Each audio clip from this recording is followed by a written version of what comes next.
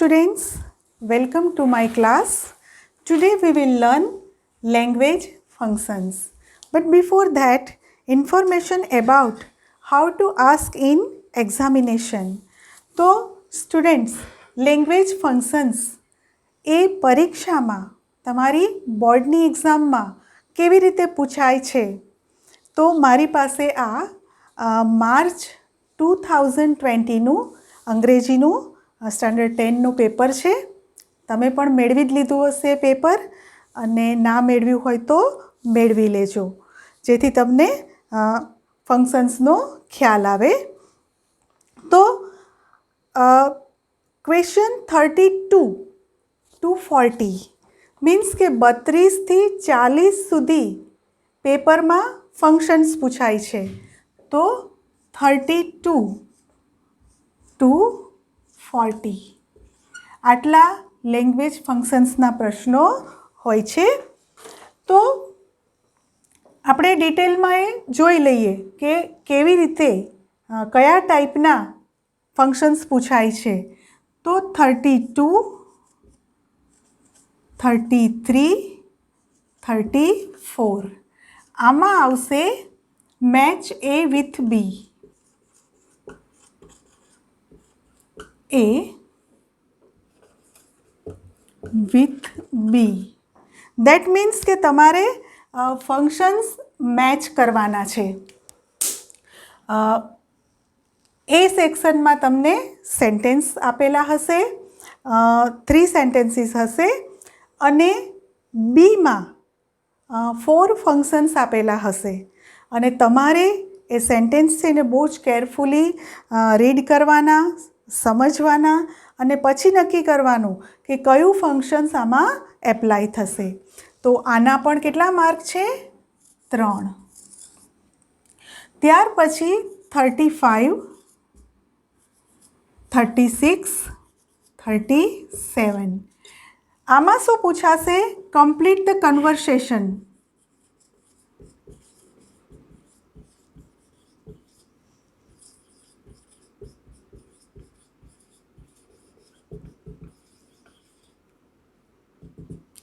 હવે જુઓ, complete the conversation. Conversation એટલે વાતચીત.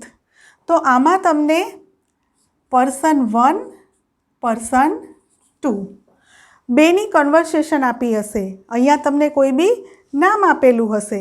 તો પર્સન 1 છે એ અહીંયા સેન્ટેન્સ આપશે, બોલશે. પછી અહીંયા ગેપ હશે. અહીંયા બ્રેકેટમાં તમને ફંક્શન આપ્યું હશે. હવે ફરીથી નીચે તમને 4 ઓપ્શન્સ સેન્ટેન્સીસ આપેલા હશે ઓપ્શનમાં. તો એમાંથી તમારે ડિસાઈડ કરવાનું છે કે પર્સન 1એ જે વાત કરી તો પર્સન 2 એનો જવાબ આપશે. તો આ 4માંથી અહીંયા આપેલ ફંક્શન પ્રમાણે કયો ઓપ્શન સાચો છે? કદાચ એવું પણ બને કે અહીંયા ગેપ હોય અને પર્સન 2ની કન્વર્સેશન આપી હોય અહીંયા. તો એ 4 જે સેન્ટેન્સીસ આપ્યા હોય તમને, એમાંથી આપેલ ફંક્શન જે બ્રેકેટમાં આપેલું છે ફંક્શન્સ, એને અનુરૂપ તમારે એક સાચી કન્વર્સેશન સર્ચ કરી અને તમારે લખવાનું છે. તો આના પણ 3 માર્ક્સ છે. ત્યાર પછી 38, 39 અને 40 આમાં શું પૂછાશે? કમ્પ્લીટ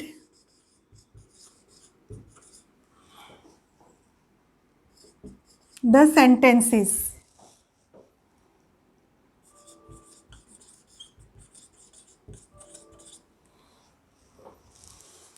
વાક્યો તમારે કમ્પ્લીટ કરવાના છે. દેટ મીન્સ કે અહીંયા તમને ઇનકમ્પ્લીટ સેન્ટેન્સીસ, અધૂરા વાક્યો આપ્યા હશે અને બ્રેકેટમાં ફંક્શન આપેલું હશે.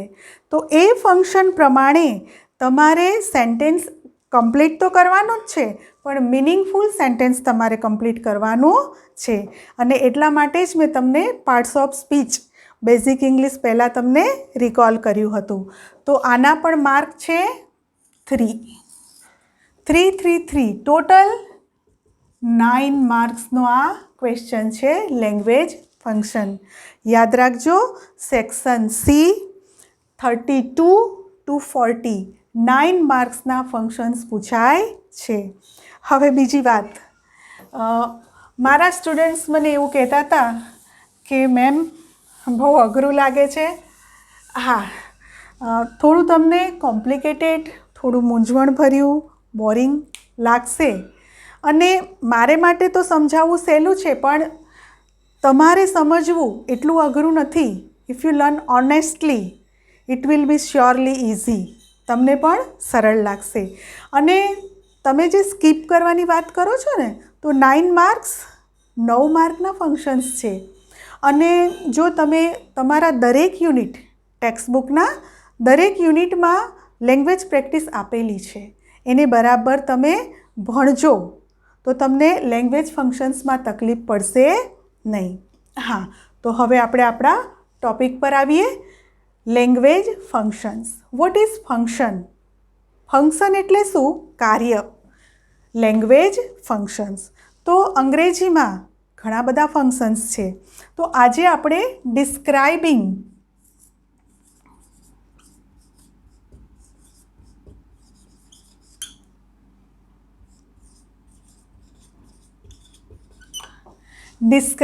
Person, describing place, describing thing, describing past, આ ઘણા બધા ફંક્શન્સ આપણે શીખવાના છે. પણ આજે આપણે માત્ર ડિસ્ક્રાઇબિંગ પર્સન જ શીખીશું અને આના પછીના વિડીયોમાં આપણે કન્ટિન્યુઅસ બધા જ ફંક્શન્સ શીખીશું. હવે ડિસ્ક્રાઇબિંગ પર્સન. પર્સન એટલે વ્યક્તિ. કોઈ વ્યક્તિ છે, એના ગુણ, અવગુણ, ખામી, ખાસિયત, કોઈ સ્પેશિયલ કેરેક્ટરિસ્ટિક, ટૂંકમાં વ્યક્તિનું વર્ણન કરવા માટે, વ્યક્તિની ઓળખાણ, વ્યક્તિનો પરિચય આપવા માટે ડિસ્ક્રાઇબિંગ પર્સન આ ફંક્શન વપરાય છે. આ ડિસ્ક્રાઇબિંગનો અર્થ જ ડિસ્ક્રાઇબ કરવું, વર્ણન કરવું. તો હવે આના માટે આપણે રિલેટિવ પ્રોનાઉન, તમે જાણો જ છો, હુ, હુમ, હુઝ, આ ત્રણની આપણે જરૂર પડે. વિચ, ધેટ, 5 છે રિલેટિવ પ્રોનાઉન. પણ આ હુ છે એ શું છે? તો હુ છે એ સબ્જેક્ટનો રોલ કરશે.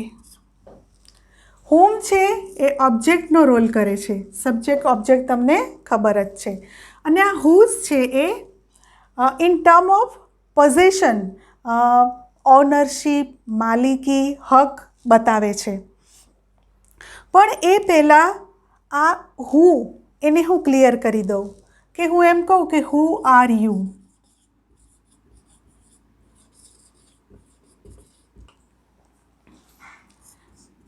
This is the boy who helped me.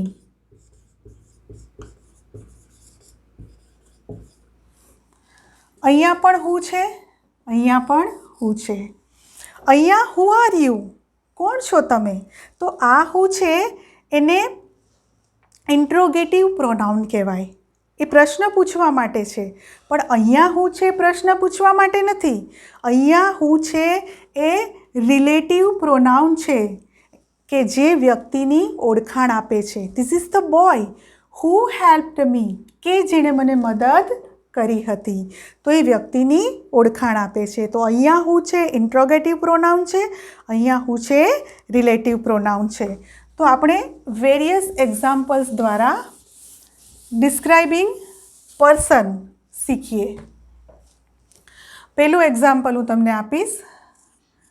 Krupa is the girl who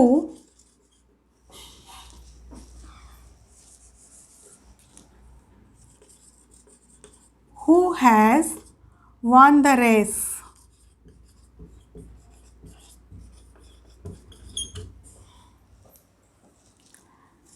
Parth is my son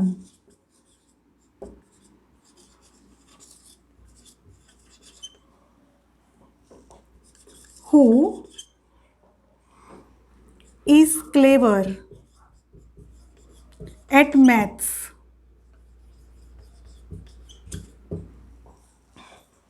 I have a friend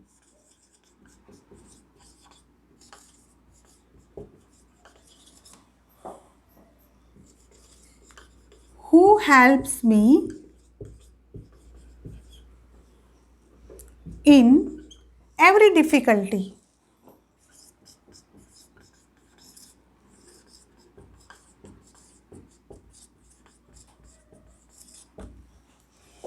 અહીં ધ્યાન આપજો. Kripa is the girl. Kripa છોકરી છે. Who has won the race. કે જેણે રેસ જીતી છે. તો આ હુ એ શું કામ કરે છે? હુ આ કૃપાનો પરિચય આપે છે. Who is always followed by verb. વર્બને જ ફોલો કરે છે. હુ છે. અને હુ છે એ પર્સનની ઓળખાણ આપે છે. Parth is my son who is clever at maths. તો અહીંયા હુ એ કોની ઓળખાણ આપી? ફોલોડ બાય વર્બ, અને કે જે ગણિતમાં ક્લેવર છે. તો પર્સન છે એની ઓળખાણ, એની ડિસ્ક્રાઇબ કરે છે, એનું વર્ણન કરે છે. I have a friend who helps me in every difficulty. કે જે મારી દરેક મુશ્કેલીમાં મદદ કરે છે. કોણ? ફ્રેન્ડ. તો ફ્રેન્ડની અહીંયા ફ્રેન્ડ વિશે ડિસ્ક્રાઇબ કર્યું, ઓળખાણ આપી. તો ડિસ્ક્રાઇબિંગ પર્સન હુ આપણે જોયું. રાઈટ? તમને ખ્યાલ તો આવી જ ગયો હશે કે હુ છે એ પર્સનને ડિસ્ક્રાઇબ કરે છે અને એ સબ્જેક્ટનો રોલ કરે છે. હવે આપણે જોઈશું whom. He is the boy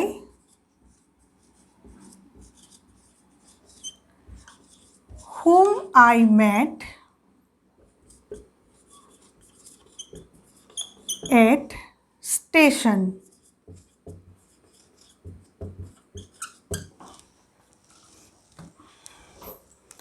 This is my neighbor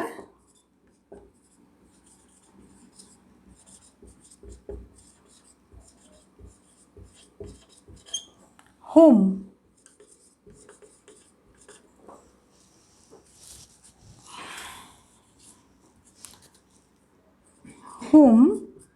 I like a lot. અહીંયા ધ્યાન આપજો. He is the boy whom I met at station. whom છે ને એ ઓબ્જેક્ટનો રોલ કરે છે અને whom always followed by clause. Clause means combination of subject and verb. Subject અને વર્બ ભેગા થઈને ક્લોઝ બનાવે છે. તો whom ફોલોડ બાય ક્લોઝ. અને આ whom છે એ ઓળખાણ આપે છે. He is the boy whom I met at station. કે જેને હું સ્ટેશન પર મળી હતી. અને આમ પણ જો તમે ક્રિયાપદને પ્રશ્ન પૂછો વર્બને, તો તમને જવાબમાં ઓબ્જેક્ટ મળી જ જાય છે. This is my neighbour. આ મારા પડોશી છે. whom I like a lot. તો પડોશી વિશે કહે છે કે whom I like a lot, કે મને બહુ ગમે છે. તો આપણે who પણ જોયું, whom પણ જોયું. who છે સબ્જેક્ટનો રોલ કરે છે, whom છે ઓબ્જેક્ટનો રોલ કરે છે. who is followed by verb and whom is followed by clause. બીજા એક્ઝામ્પલ્સ આપણે whose લઈએ.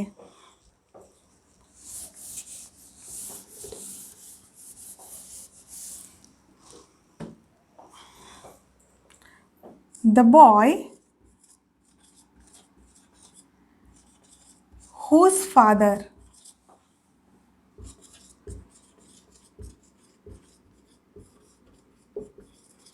lives in London.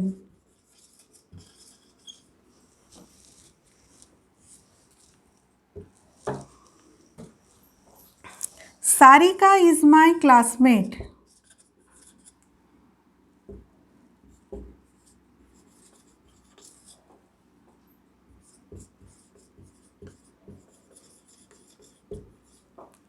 whose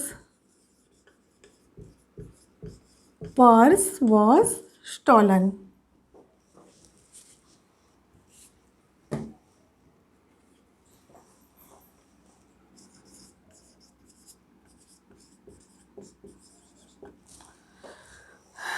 whose પણ જો સૌથી પહેલાં હું એક કામ કરું, કંઈથી whose કાઢી નાખું છું. ચાલો, the boy dash father lives in London. ચલો અહીંયા હું હું મૂકું છું. ધ બોય હુ ફાધર, આપણી ટંગ એને એક્સેપ્ટ જ નહીં કરે. ધ બોય હુમ ફાધર નહીં કરે. ધ બોય હુઝ ફાધર કે છે એના પિતા. Lives in London. અહીંયા વાત કોની છે? બોયના ફાધર. આપણે પોઝેસિવનેસ તો નાઉનને એપોસ્ટ્રોફી એસ લગાડીને પણ બતાવી શકીએ છીએ. Sarika is my classmate whose purse was stolen, કે જેનું પર્સ ચોરાઈ ગયું. તો અહીંયા સારિકા ક્લાસમેટ છે, પણ હુઝ પર્સ ને પોઝેસિવનેસ બતાવે છે, માલિકીનો ભાવ બતાવે છે. તો ડિસ્ક્રાઇબિંગ પર્સનમાં હુ, હુમ અને હુઝ આ તમારે ખાસ ખ્યાલ રાખવાનો છે. અને તમને જ્યારે ફંક્શન પૂછાય ત્યારે ખાસ ડિસ્ક્રાઇબિંગ પર્સનમાં હુ, હુમ, હુઝનો ખ્યાલ એટલા માટે રાખવો જરૂરી છે કે ઘણીવાર તમે હુની જગ્યાએ હુમ મૂકી દો છો. હમણાં મેં તમને 2020ના બોર્ડના પેપરની વાત કરીને એમાં તમે 32, 33 અને 34 એમાં પહેલું જ સેન્ટેન્સ તમે જોજો કે તમે કન્ફ્યુઝ થઈ જશો. વાત ડિસ્ક્રાઇબિંગ થિંગ છે, પણ મોટાભાગના સ્ટુડન્ટ ડિસ્ક્રાઇબિંગ પર્સન લખીને આવ્યા હતા. તો એ ક્લિયર થવું ખાસ જરૂરી છે. એના માટે તમારે સેન્ટેન્સ છે એ બરાબર વાંચીને સમજવો પડે. બરાબર છે? જેમ જેમ આપણે પ્રેક્ટિસ કરીશું એમ તમને ખબર પડતી જશે. અને હું અહીંયા જે હોમવર્ક મૂકું છું એ હોમવર્ક તમે કરજો. અને જો ના આવડે તો તમે જો તમને કન્ફ્યુઝન થાય તો તમારી પાસે જે ગ્રામરની બુક છે એનો કોન્ટેક કરજો. અને નેક્સ્ટ સેશનમાં ફરીથી હું આ તમને રિકોલ કરીશ એટલે તમને આવડી જશે.